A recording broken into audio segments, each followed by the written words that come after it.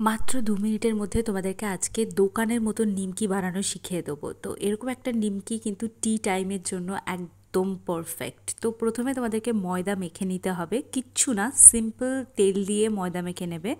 Exactly যেমন করে তোমরা লুচি রুটি এসবের জন্য আটা বা ময়দা মাখো ওই রকমভাবেই।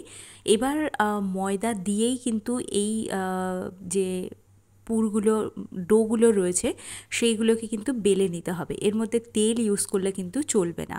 তো একটু পাতলা করে বেলবে।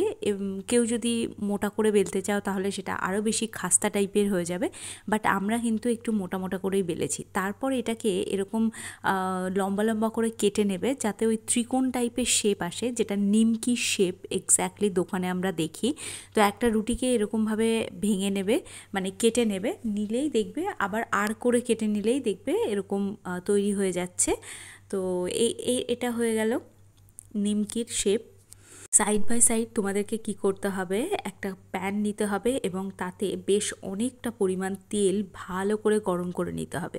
দেখো, বাজার থেকে কেনা নিমকি খেলে যেমন আমাদের পেট একটু ভার হয়ে ওঠে, গলা দিয়ে টক ঢেগুর ওঠে, তো এরকম প্রবলেম আমরা নিমকি খাওয়ার পর ফেস করি। কিন্তু আমি বলবো বাড়িতে এই ধরনের নিমকিগুলো বানালে, এই নিমকি খেলে কিন্তু তোমার পেট ভার মন ভার কিছুই হবে না, তুমি গিল্ট ফ্রিভাবে খেতে পারবে। এবং আর একটা কথা বলি, ময়দা মাখার সময় কিন্তু একটু কালো জিরে, জোয়ান এগুলো কিন্তু অ্যাড করতে পারো। আমি দেখো কালো জিরেটা অ্যাভেলেবেল ছিল তাই কালো জিরেটাই অ্যাড করেছি।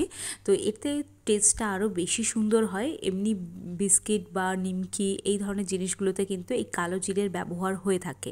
তো সেজন্য বললাম, তো বাড়িতে মাত্র 5 মিনিটসের মধ্যে এটা কমপ্লিট হয়ে যাবে। বাড়ির বাচ্চা থেকে বুড়ো সবাইকে তোমরা সার্ভ করতে পারো, সবাই গিল্ট ফ্রি হয়ে এটা খেতে পারবে, নিশ্চিন্তে খেতে পারবে। তার কারণ এই যে তেলটা ব্যবহার করা হচ্ছে এটা একদম তোমার বাড়ির পিওর তেল। এবং দোকান থেকে কিনলে কি হয়, এই তেলেই কত বছর ধরে কাজ হচ্ছে তার কোনো ঠিক নেই। কিন্তু তোমরা কিন্তু 5 মিনিটের মধ্যে যখন একটু লাল লাল হয়ে আসবে, একটু মানে কম আঁচেই এটা রান্না করবে, তো যখন একটু লাল লাল হয়ে আসবে তখন তোমরা তুলে নেবে, দেখবে একদম খাস্তা একটা নিমকি হয়েছে। তো চলো, এই ছিল আমার আজকের ছোট্ট ভিডিওটা। আই হোপ তোমাদের ভালো লেগেছে। যদি ভালো লেগে থাকে তাহলে একটা লাইক, কমেন্ট আর একটা শেয়ার করতে ভুলবে না, তোমার বন্ধুদের সঙ্গে শেয়ার করো।